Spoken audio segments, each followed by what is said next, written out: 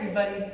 I'm Liz Gilbert, and I'm here to say thank you so much to everybody who made this store and business that I've been running with my husband for 8 years now, Two Buttons, so incredible. And as a way of saying goodbye, we just wanted to take a moment to tell you the story of Two Buttons, how it happened, what it grew into, and why we're letting it go now. The story of Two Buttons begins with this Buddha head. Jose, my husband, and I were in Bali. He wasn't my husband yet. We barely knew each other. We were just starting our lives together. And we found this rusted out old Buddha head in a store, and I wanted it. And I said, I want it. Can I buy it? And he explained to me that the cost of shipping this to the United States was so huge that we might as well buy, to save money, a big giant square cube and fill it up with a bunch of stuff. And we could take it home and sell it, and the stuff that we sold could pay for shipping the Buddha head home. So we started to do that, and then that little cube turned into a 20-foot shipping container, and that 20-foot shipping container turned into two 20-foot shipping containers filled with things, furniture, tapestries, jewelries, religious items, clothing, amazing stuff from all over Indonesia, boats, doors, temple pieces, everything. And we put it in a boat, these two giant shipping containers, and we sent it to the United States, where we didn't even live yet, and we didn't even have a house yet, and we didn't have a place for it to go once it arrived. And that's how we started our business. And we do it the way we did it. We do everything, just kind of throw the flag very far ahead and then try to catch up with it. And then I got sent home to try to find us a place to live and a space to put all this stuff in.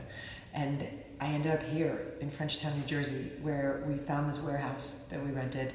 And we started the first Two Buttons there until the state kicked us out because it was a death trap and it was illegal. And then we bought this building, this 16,000 square foot electronics building.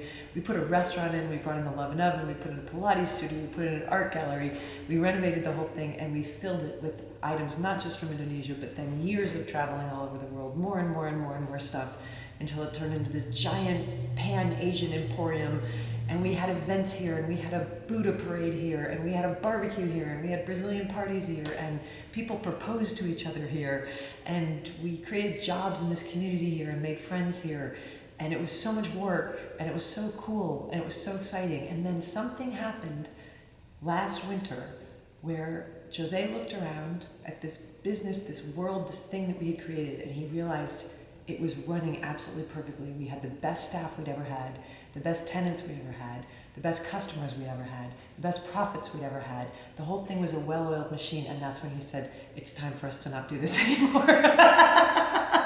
Because that's how we roll. Once something is done and made perfect, it's over, right? Like, all the excitement in life is about making things, not necessarily about trying to hold things in a perfect state. So from that peak moment, we started selling everything 50% off, 80% off.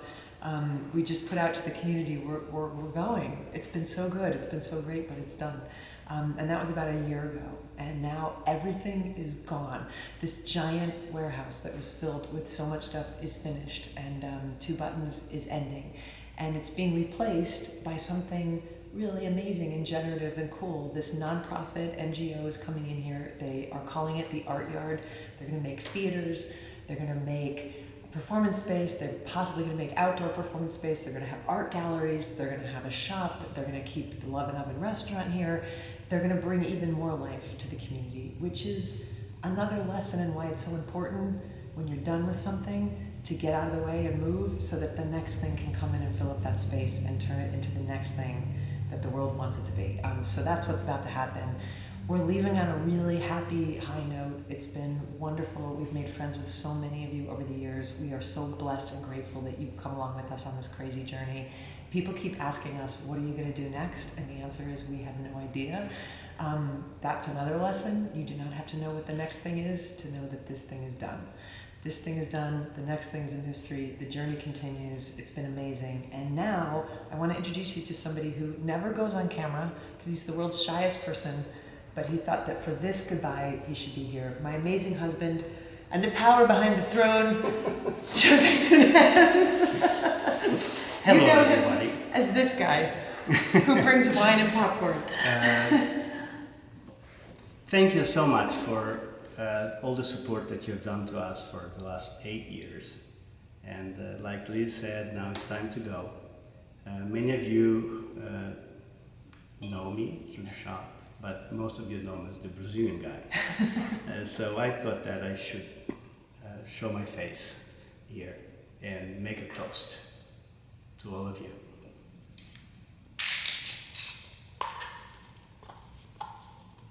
Talk among yourselves.